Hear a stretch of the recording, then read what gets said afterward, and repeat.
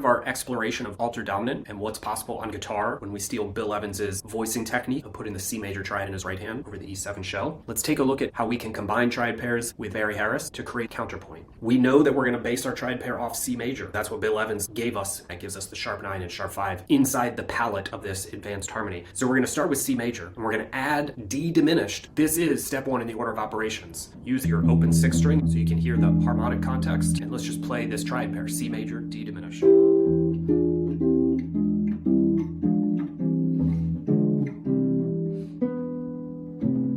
When you resolve to A minor, you should hear a 5-1. Now, here's our first principle from Barry Harris that we're going to use to turn it into that really cool dyad counterpoint. Barry breaks down all tonal centers into a tonic sound and a diminished sound. Stable, unstable. Resolved, tension. Home, away. We're going to do the same thing, but with the triad pair. So C major is the stable triad, and D diminished is the tension triad. Can you hear how it wants to resolve?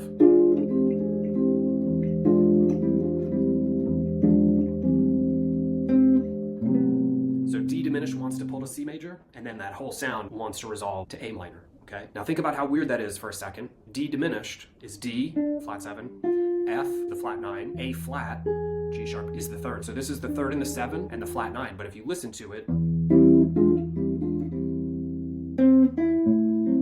it's actually behaving as a tension triad against C major. So that's the first principle we're stealing from Barry Harris. It's not a democratically equal triad pair. It's a stable triad and a tension triad. Why is C major being used for this? Because we're stealing it straight out of Bill Evans's right hand.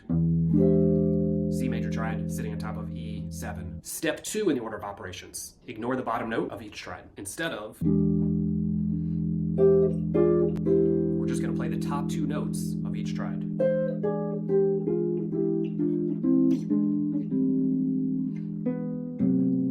Already, it doesn't sound like a triad pair anymore. It sounds closer to playing a certain interval through a diatonic key signature, but everything is always, just like Barry Harris, stable dyad, tension dyad, stable dyad, tension dyad.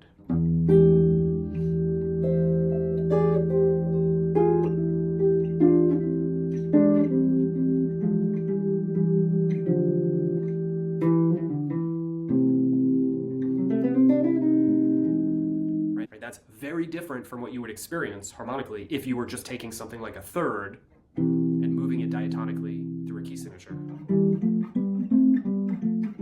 You don't get this bebopification of the harmony. You don't get tonic, tension, tonic, tension. Second principle from Barry Harris to turn this into counterpoint. You can always borrow notes from the other family. So if you're playing a tonic C6 chord, you can borrow notes from diminished. If you're playing D diminished, you can borrow notes from the C6 tonic chord. Some of the notes will feel stable, while some of the notes want to move, which creates this wonderful ability for inner voice movement and for creating chords that want to horizontally pull us forward through time. So how are we going to do that? Simplest way is step 3 in the order of operations. Borrow the note from the other dyad, meaning if you're going to play this C major triad, borrow the note from above it. I like to do this in the top voice because it's easier. Borrow that F note. It's the flat 9. Okay? But it should sound almost like a whiny 4, the 4th degree of the scale, because we're playing it based on C major.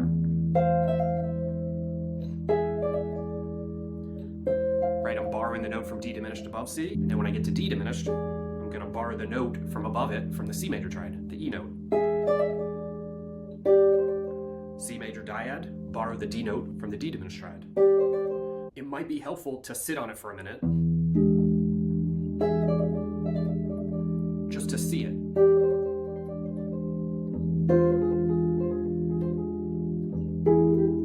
Okay, once you can start to see it, try and glide these ideas together.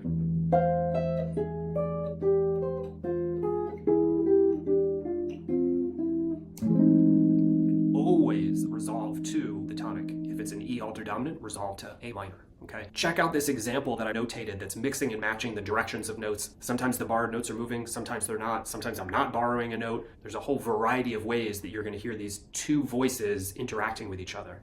Check out the PDF and play along with me.